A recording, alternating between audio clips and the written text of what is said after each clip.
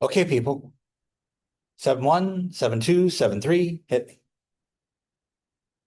One of these just to like take a differential equation and like make it algebraic so it's easier to comprehend kind of. Not only that, it's not only easier to comprehend, it's easier to actually physically solve. I just have to do a whole bunch of algebra, which is usually easier than trying to do all the undetermined coefficients or variation of parameter or all of that other garbage. And especially because the Laplace transform works on things that aren't continuous, where those normal techniques fail. Yes. Just like when we said, oh, I want to solve this. What's the auxiliary equation? And I was done. What's the Laplace transform equation? Do the algebra. I'm done. Have someone develop it by me, the negative ST. They never were like, how do you come up with that transform this? That's actually a really interesting historical question. There's a lot of discussion between Laplace and Cauchy and who else is involved in that? I have a primary source document. Let me see if I can find that website real quick.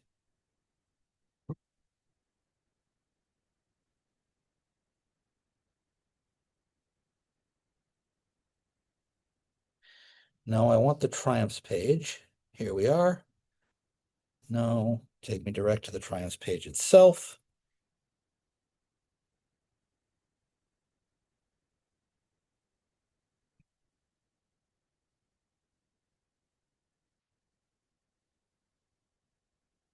Transforming undergraduate via primary sources, projects, student projects, available projects.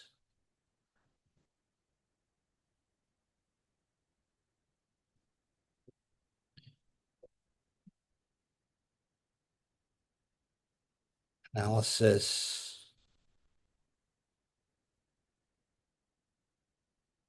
There's numerical methods for next semester. Fourier series.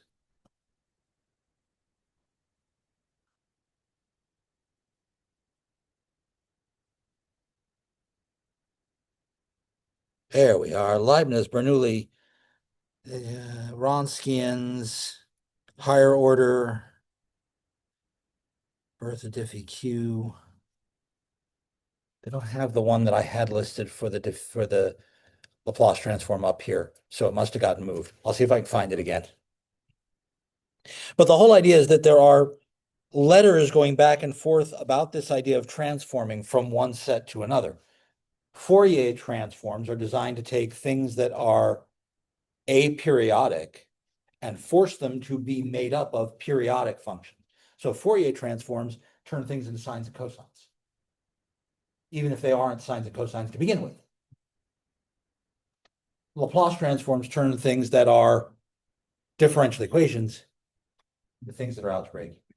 And so I think it was in parallel that this idea of transforming, technically, if I really want to push it, goes all the way back to the beginnings of algebra, where we took geometry ideas and said, but these become rules for numbers.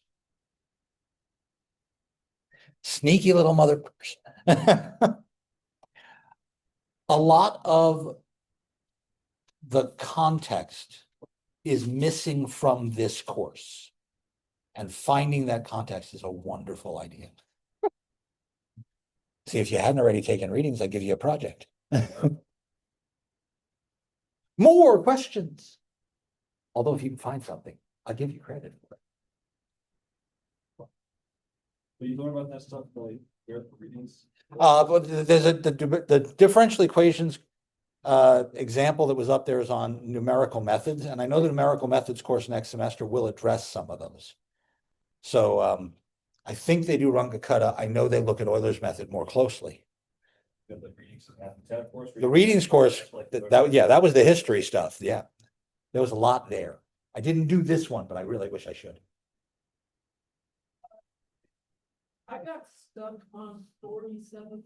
You just say, 7.240. yeah. So walk me through where you are. So I basically got to the part where you're about to take the inverse. Oh, so you have L of y equals stuff, right? Yeah. But like, yeah. Give me your stuff. wait a minute. Well, then let's run with it.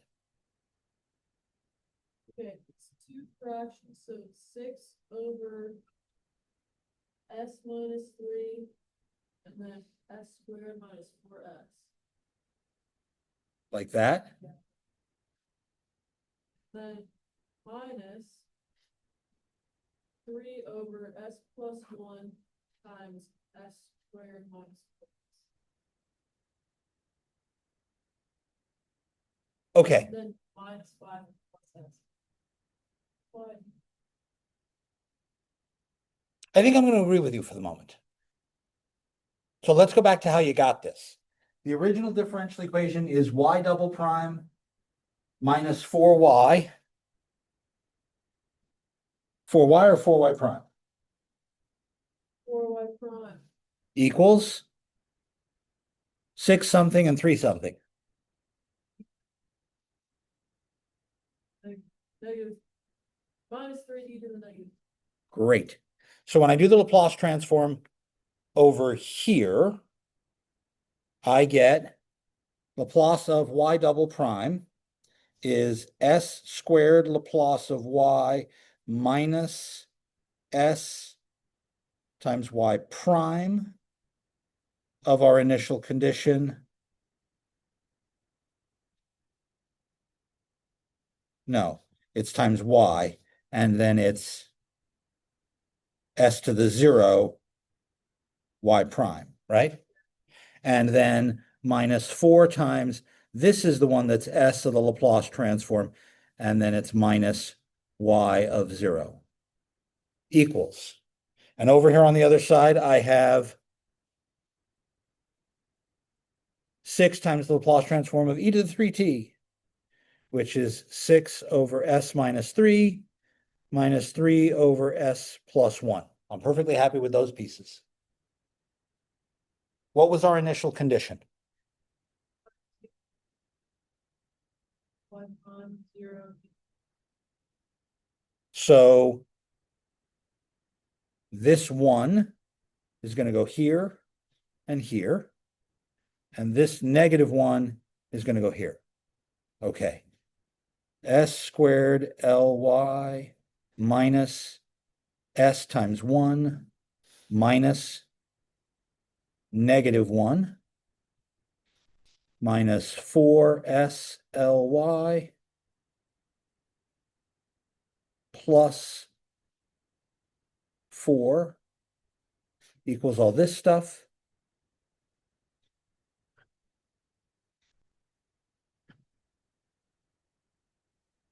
Oh, that's a 6, not a 3. Got to make the copy correct.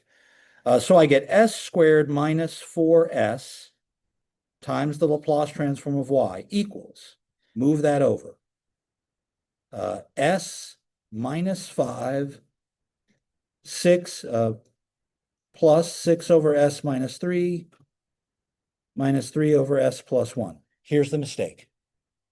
You divided before subtracting. Okay. So this should all be over the 4 as well, right? This whole thing gets divided by this.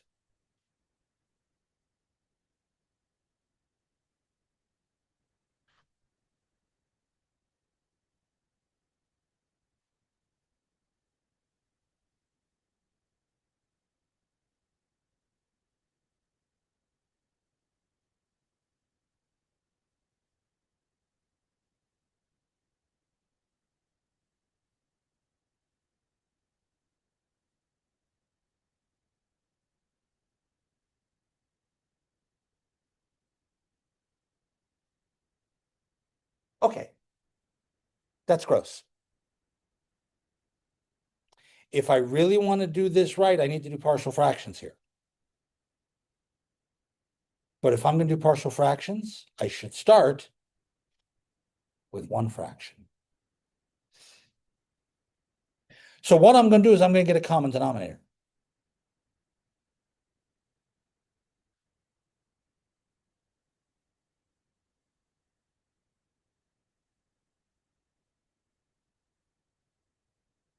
right? So then the S minus 5 needs the S minus 3 and the S plus 1. The 6 has the S minus 3 and the S squared minus 4S. It just needs the S plus 1. And the minus 3 needs the S minus 3.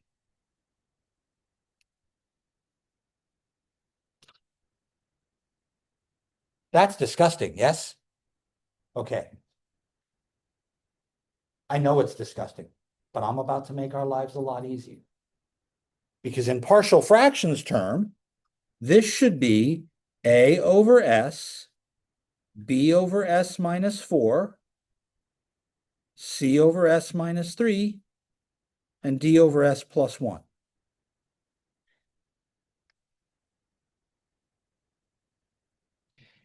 If I multiply here to get the common denominator, these two things are equal. Yes? This thing should be equal to this thing, which means the top of this should be equal to the top of that if I get a common denominator.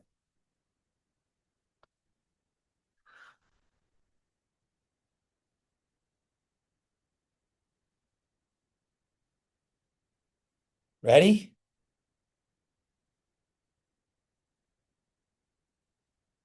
This has the S on the bottom. It needs the other three pieces.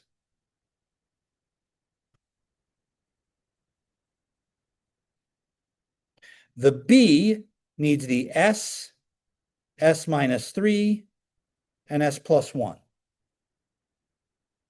The C needs the S, S minus 4, and S plus 1. I'm going to run out of room, so I'll put it up here on top. The D needs S, S minus 4, and S minus 3 because it has the S plus 1. Isn't this disgusting?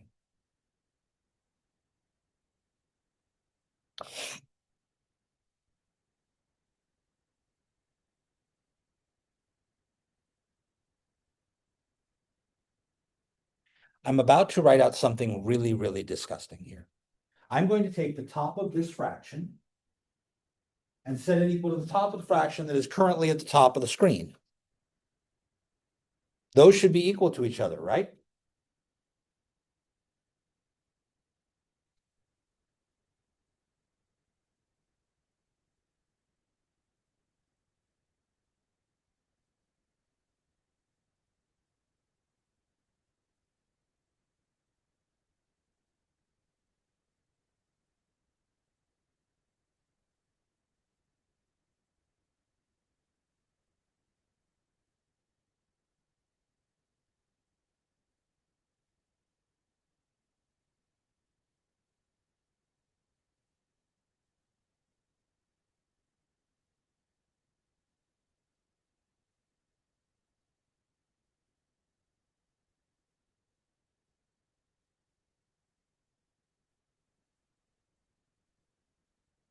Four equations in four variables, right? I'd have to multiply everything out, set the cube equal to the cube, the square equal to the square, all of that, right? If I was going to do this that way, that would take a while. And I might the algebra. This denominator has four separate numbers: 0, 4, 3, and minus 1. Pick one of them. Plug it in on both sides.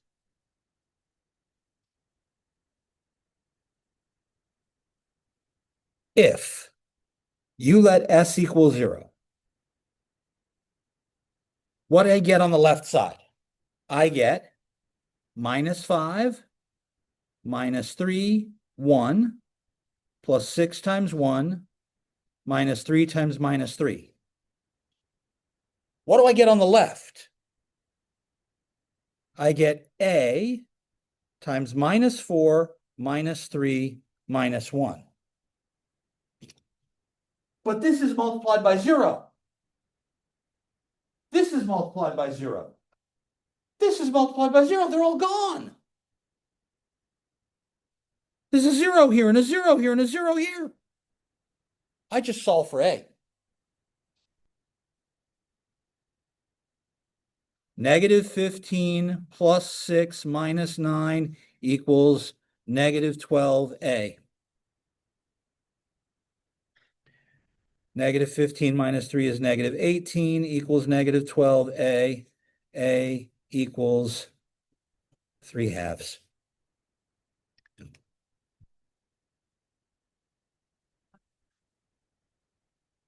If my partial fractions are all distinct, linear, real, I can plug and chug. And that's in the section of the calc book that I posted to our Canvas page. That is in our calc book that we used last semester. I cheated. And I said, you should remember this from Calc 2. And that's easier than doing it the other way. The other way works, but this is easier. And it only works when we have distinct, real, non-repeated roots. But Should it be positive, like positive 9? it should definitely be positive 15. Yeah, okay, I screwed up my sign. -1 to me. So positive 15, positive 9, positive 6, right? So that's what? 24, 30. 30 divided by 12 is 5/2. And there's a minus sign in front of it now because there's a negative on the other side.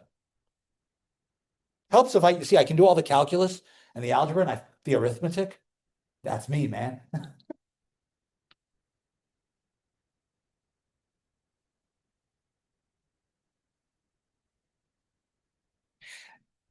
By the way, when all is said and done,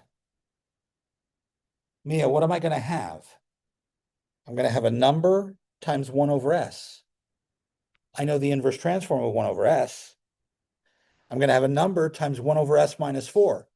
I know the inverse transform of 1 over s minus 4.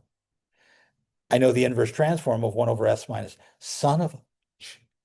And I'm going to get e to the 0t, which is 1.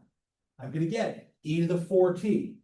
I'm going to get e to the 3t and e to the minus t. And those are the two pieces of my homogeneous corresponding solution and the two pieces of my particular solution. All I had to do was algebra. A lot of it. That's the problem, Hayden. Is there's a lot of algebra and it sucks. But the algebra is easier than the other options in this case. Whew. And it definitely helps if I don't make sign errors. So if you plug in s equals -1. Then this piece will go away. This piece will go away. And I'll have -4 times -3. So the left side is 12. This, oh, wait a second. This piece will go away. This piece will go away. This piece will go away. But this piece won't. And so that survives. And I get D. And if I plug in 4, then this is gone, this is gone, this is gone, and B survives. Each time I plug in one of the roots, only one coefficient on the right-hand side survives that result. And that's specifically because they're all distinct. I know there's one later where we have a coefficient that's like the square root of 3 or something. Yeah, that's still going to, an s minus the square root of 3 or something. It's still going to work.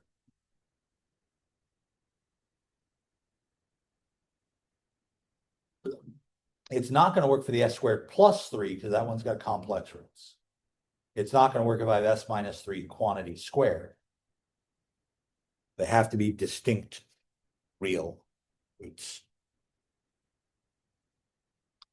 Mia, better? Yes.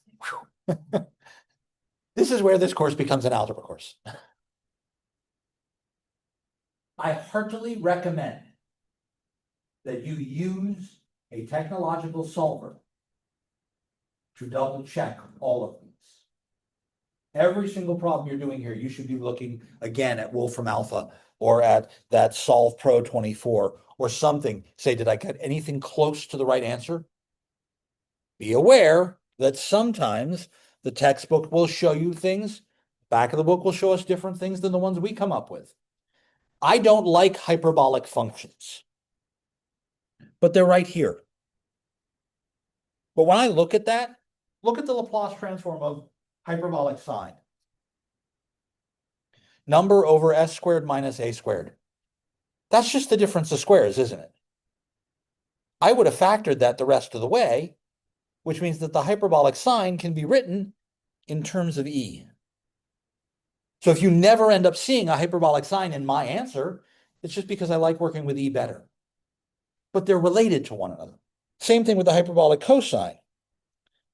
So sometimes I'll look at an answer generated by Wolfram Alpha, like, ah, crap, they left it in hyperbolics. I got to convert it to make sure I did it the same thing. Hyperbolics really only get to be used in about 3 places. This is one of them, but I don't like using them here. Complex trig functions is the other place that I use them commonly. And then mechanical engineering uses them because they're the only period 2 functions. But you should absolutely be checking these things in Wolfram or your favorite symbolic package. More questions? Oh, that's the other piece. Who's taking linear already? Okay, who's in it? I include everybody? Okay, good. When I do simultaneous equations, they end up with systems of equations here, right? If I multiplied all this garbage out, I get 4 equations in 4 variables. The easiest way to solve 4 equations in 4 variables is through reduced row echelon form. And I can do that on here. So let's say I end up with something that looks like this. A plus 2b equals 7 minus 3a plus 5b equals 2. You know how to solve that, right? That's easy. Now imagine instead of 2 variables, 2 equations, it's 5 variables, 5 equations, because I'm a sadistic bastard. I don't want to do it that way. Turn it into a matrix. 1, 2, 7, -3, 5, 2. And do the Gauss-Jordan process to get reduced row echelon form.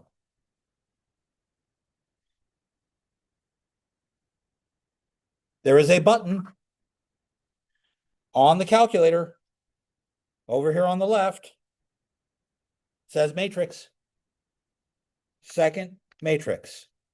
Now I can put in a matrix. I want 2 rows, 3 columns. Matrices are Roman Catholic. Rows, columns. Number of rows, number of columns. It's a Roman Catholic school. I figured I could remember that. So I'm going to change this matrix, and I'm going to make it 2 rows and 3 columns. And there it is. Now I just type those numbers in. 1, 2, 7, -3, 5, 2. And now I can say, hey, Mr. Matrix button, do some math for me. It'll do determinants. It'll augment. It'll transpose. Way down here at the bottom is reduced row echelon form. RREF. Reduced row echelon form of what matrix? The matrix I put in A. There we go. It gave me decimals. If I don't want decimals, I can ask it to convert this to fractions by hitting the math button. And there are my fractions. If I'm going to do simultaneous equations, I'm going to write up the simultaneous equations. I'm going to let this thing figure it out. So, Cody, if I'm in a position where I can't plug in 0 for whatever the numbers are because there's repetition or something, I can do it this way.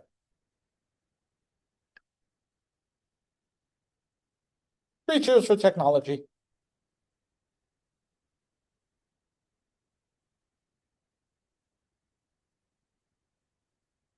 Ask me more questions.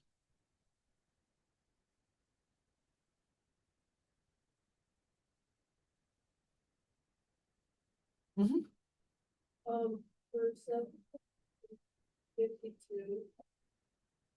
Basically the same thing.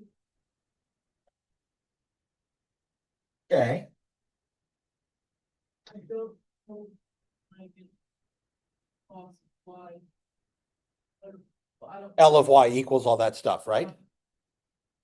Okay, but this time it says use the giant table in Appendix C. Yeah, There's a lot more here, isn't there? I only have 20 formulas on that formula sheet that I was looking at. There's a lot more options here. And so I can start looking for, oh, I've got other things, differences of sines and cosines that could come up. So what I'm going to try and do is pattern match this to the partial fractions I came up with. So you still have to do the partial fractions once you have L of y.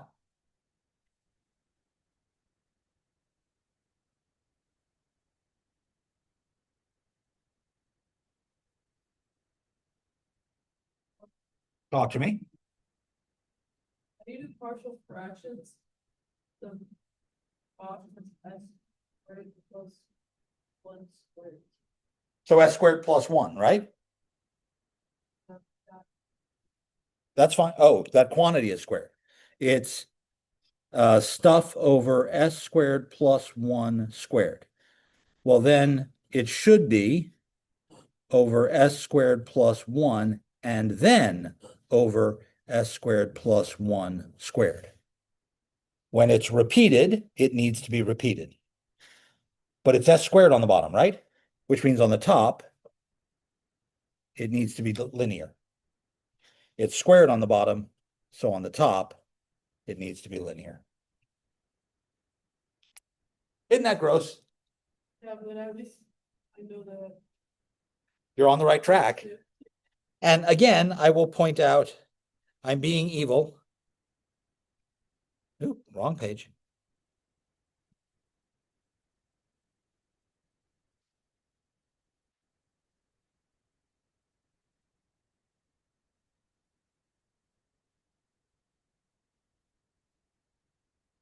Here's the section from the calc book.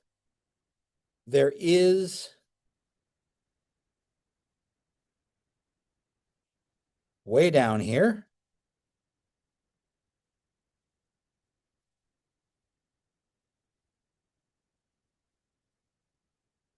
Repeated quadratic factor. Here's my example where I see each power. Yes, it sucks. But there's my example right there where I see x squared plus 1 cubed. And the result is linear squared. Yeah, okay, crap.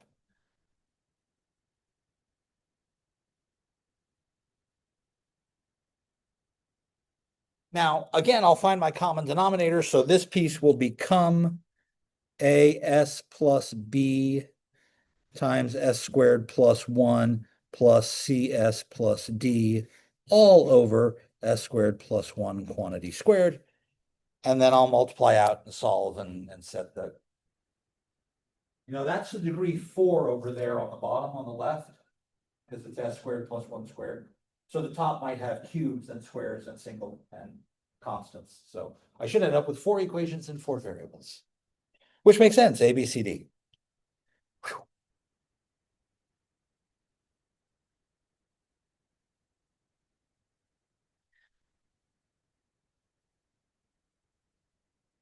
I am going to say with 100% certainty, the worst part of this entire chapter is the algebra.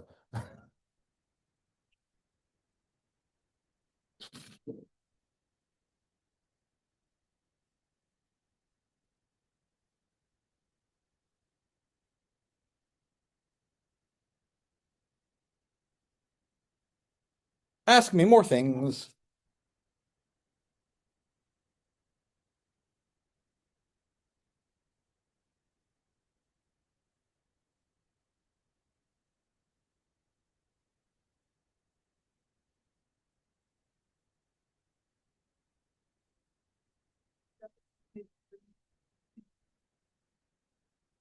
Oh. What does 62 ask us to do? Write as step function and then do Laplace transform. Let's do 61. It's the same idea. Okay. Okay. 61 says 0 and then t squared.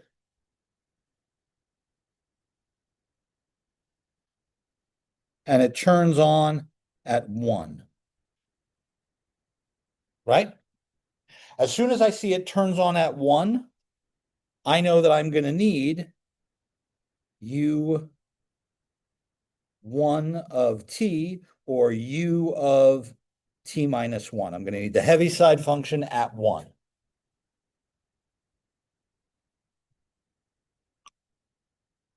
Since it went from off to on, that's what the normal Heaviside function does, right? It goes from off to on, which means I can think of this is 0, 1 turning on at 1, right? So this is only different from here by multiplying by t squared. So I think, the hell just happened to my camera? Bring my camera back. Okay, good. Don't do that to me, man. I can think of this function as being t squared times the thing that turned on at 1. Now,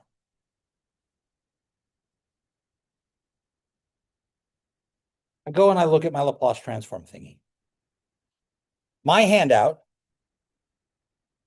says that there are two versions of things where I have u multiplied by something. And I wrote alternate next to that second version because that's not the one that's normally given. Remember, I said you could do it by switching the function to be in the same t minus a, but that bottom version has it unswitched. That's just f of t down there on the alternate line. I'm going to use that. F of t is t squared, and I got u t minus 1. Well, then this says I should get this. So that's e of e to the negative as. What's our a value? So it's e to the minus s.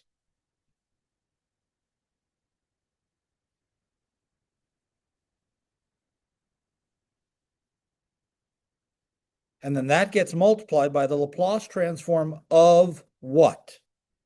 Of the function where I use t plus a instead of t minus a. This is t minus 1, so this is going to be t plus 1 squared.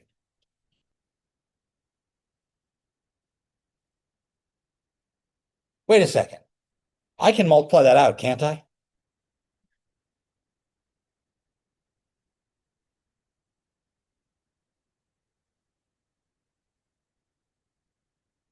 What's the Laplace transform of t squared?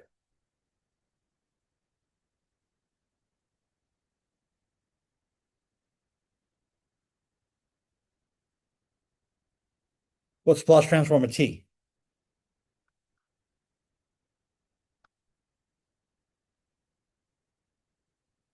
Say that again?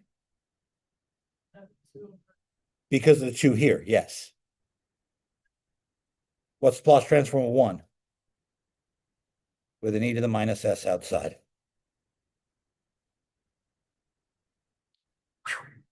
Now, the difference between this problem and the one you asked me to do is that it's not t squared, it's sine t.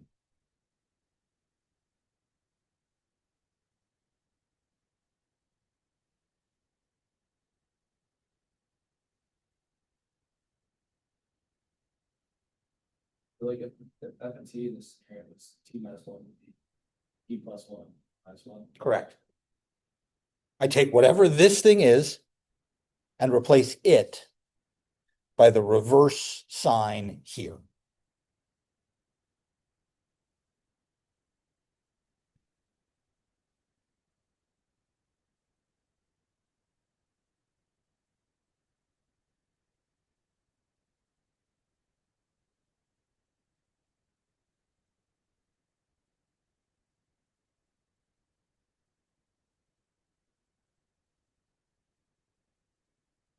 Be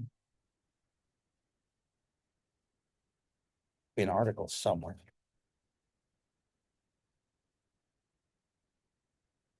More questions?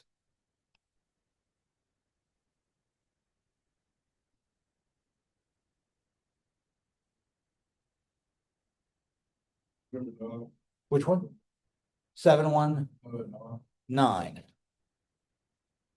So I think that one actually asked me to do the Laplace transform from scratch, right?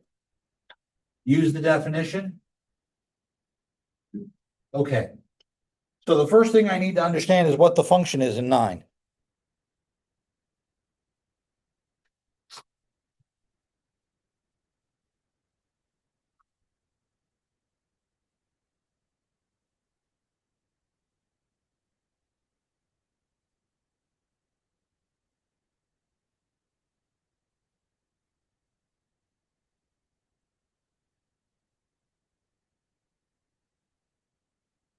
This is clearly a piecewise function, right? It changes at 1. So whatever's going on is going to go from 0 to 1 and then bigger than 1. But everywhere bigger than 1, this value is 0. So I just need to know what that first piece is, and I started to write the 0 up here, so let's scratch that out. I'm going to put whatever the formula is above that scratch out. What's the equation of that line? Careful. If it was negative x, it would go through the point 0, 0. Perfect. I'm going to write it in t instead of x, since that's what this is set up as, right? It says use the Laplace transform. The Laplace transform of this function is the integral from 0 to infinity of f of t times e to the minus st dt. That's what definition 711 says.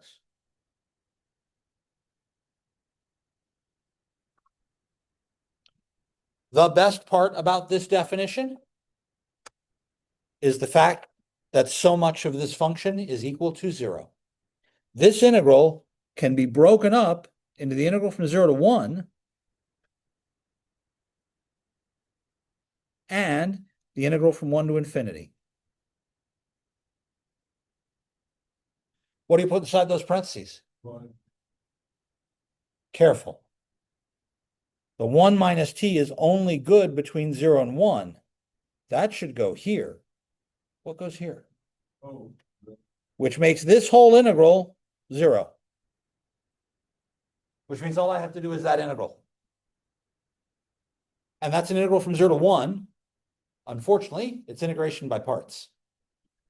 Because this is the integral from 0 to 1 of e to the minus st minus t e to the minus st. This needs parts. Because it's a t and an e to the t.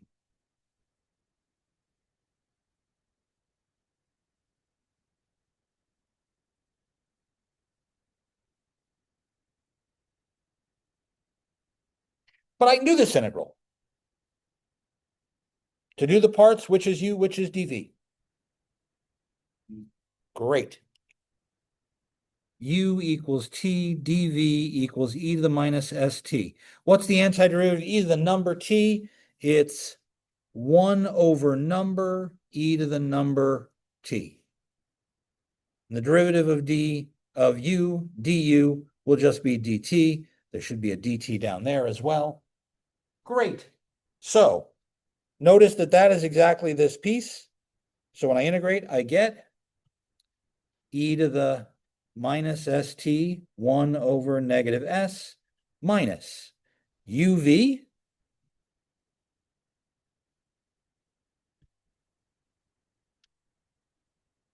minus the integral v du.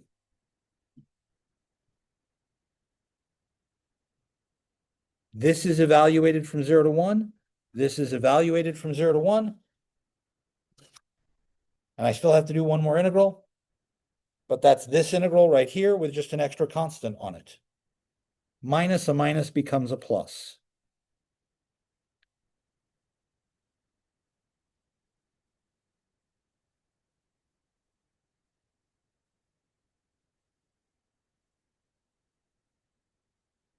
This minus a minus becomes plus 1 over s. And then I do the integral, which is 1 over minus s e to the minus st from 0 to 1. Hey, I'm going to get a 1 over s squared there. Turn on. Wrong camera. What happened?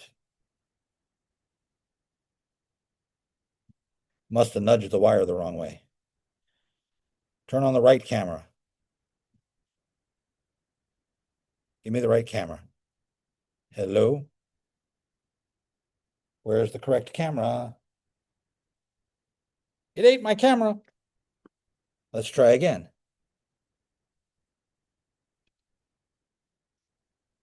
That's the camera I want. Turn on. Come back.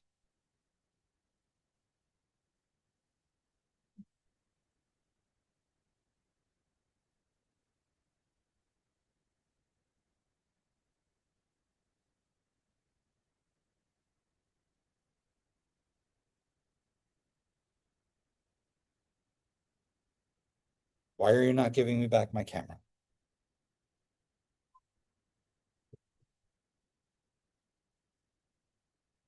Let's unplug and replug everything.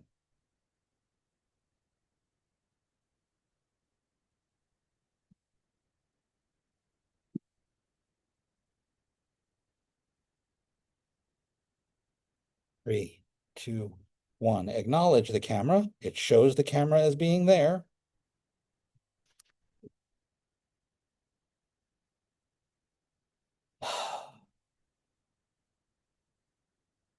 Power cycle the camera.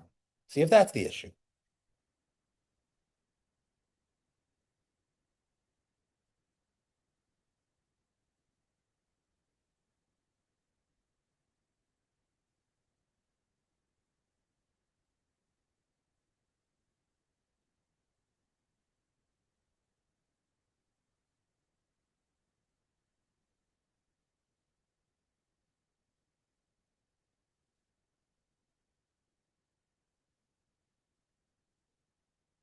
Hello, camera.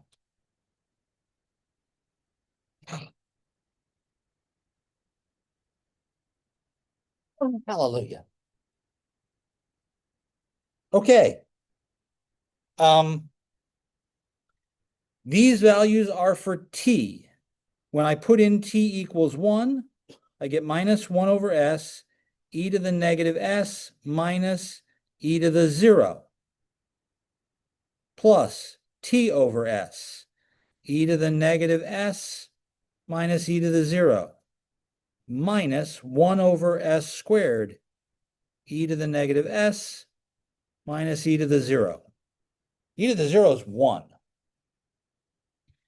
So I get negative 1 over s plus t over s minus 1 over s squared times the same thing there, e to the minus s minus 1.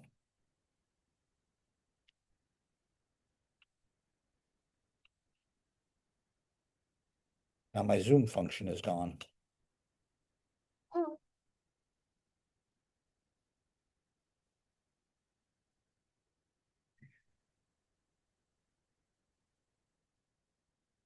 I apologize, Jalen, this one sucks. But it's just integration by parts and it's tedious.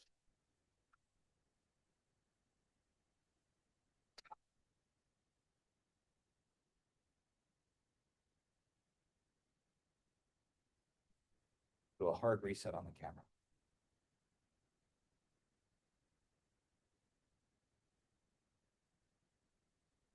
Other questions?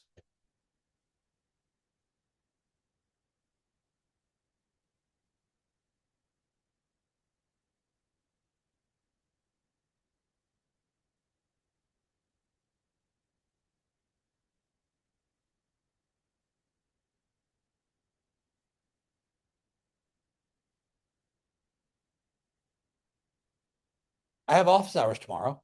I have a lot of them. 9:30 to 11:30. 2:20 to 3:35. Jalen, you have another question for me?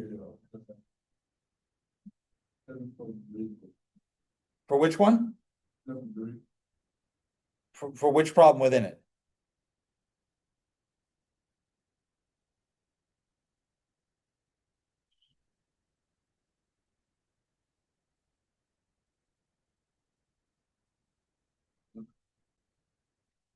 Which says find the Laplace transform inverse of 1 over s plus 2 cubed.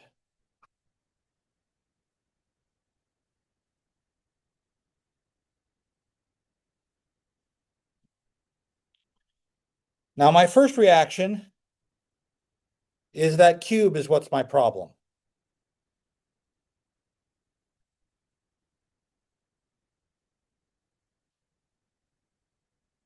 But here, rule 14 says that when I have a thing with an s minus a in it, well, s plus a is s minus negative 2.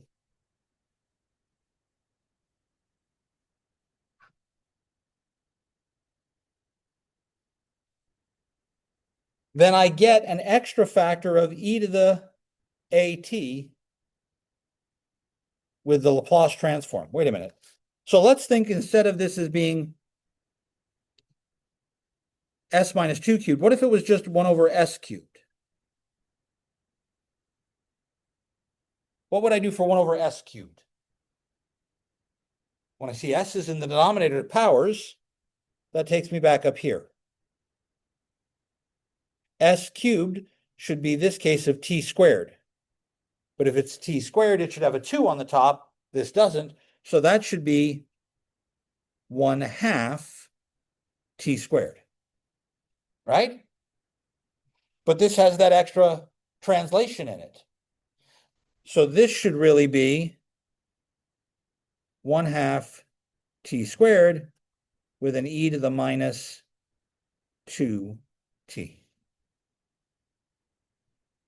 Because of that extra minus 2 in the problem.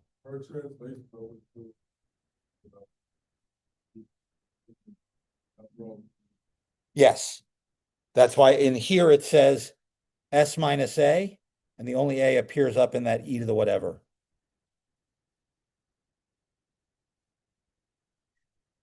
But what that really means is when I see s plus 2, s plus 5, s minus 3, s minus 7, I'm going to start saying, well, what if that was just an s? Because that'll be the one that matches the formula I need above. You got more questions, you should be bugging me in office hours. I hope to see you all there tomorrow or Friday morning, as this stuff is due Friday. And we have more properties to go over, more things to look at the Laplace transforms of. I will see you all then.